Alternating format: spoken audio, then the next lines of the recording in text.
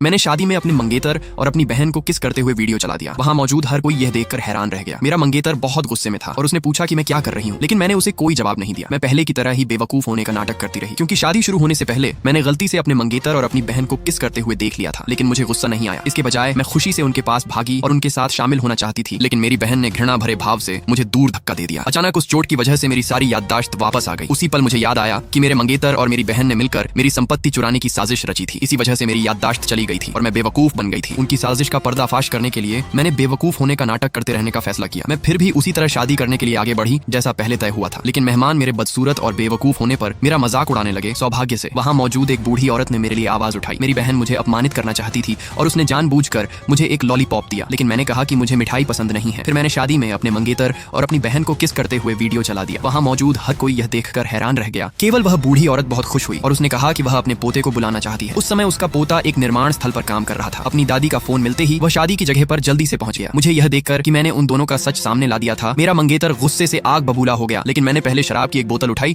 और उसके सिर पर मारकर उसे तोड़ दिया। मेरा मंगेतर जमीन पर गिर गया। मेरे पिता ने जल्दी से किसी को उसे अस्पताल ले जाने के लिए कहा, लेकिन मेरी बहन ने मुझे धमकी दी और कहा कि क्योंकि मेरा मंगेतर घायल हो गया है, आज कोई भी बदसूरत लड़की मुझसे शादी नहीं करेगा। इसलिए मैंने सबके सामने घोषणा की कि जो भी आज मुझसे शादी करने के लिए तैयार होगा उसे $1 मिलियन मिलेंगे। मेरी बात खत्म होते ही बूढ़ी औरत ने तुरंत अपने पोते का हाथ ऊपर उठा दिया। मैंने शादी की अंगूठी उठाई, उस आदमी के पास गई और उससे कहा कि वह मुझे अंगूठी पहना दे, लेकिन उसने सच में मेरे प्रस्ताव को ठुकरा दिया। उसने मुझे बताया कि जब वह बच्चा था तब कुछ बदमाश उसे परेशान करते थे। एक छोटी लड़की ने बदमाशों का ध्यान भटकाकर उसे बचाया था, जिससे वह वहां से भाग सका। जब वह होश में आया तो उसके पास केवल उस छोटी लड़की का हार था। उसने अपनी दादी से कहा था कि बड़ा होने के बाद वह उस छोटी लड़की से जरूर शादी करेगा, लेकिन उसे नहीं पता था कि मैं वही छोटी लड़की थी जिसे वह इतने सालों से ढूंढ रहा था। अपनी दादी के कहने पर उसने अनिच्छा से शादी के लिए हाँ कर दी, लेकिन उसने जानबूझकर गरीब होने का नाटक किया और कहा कि वह सिर्फ एक निर्माण मजदूर है और उसके परिवार के पास कोई पैसा नहीं है। उसने मुझसे पूछा कि क्या मैं फिर भी उससे शादी करने के लिए तैयार हूँ। जैसे ही उसे लगा कि मैं पीछे हट जाऊंगी, मैंने बिना किसी हिचकिचाहट के हाँ कर दी। मैंने उससे हमारी शादी का लाइसेंस बनवाने के लिए भी कहा।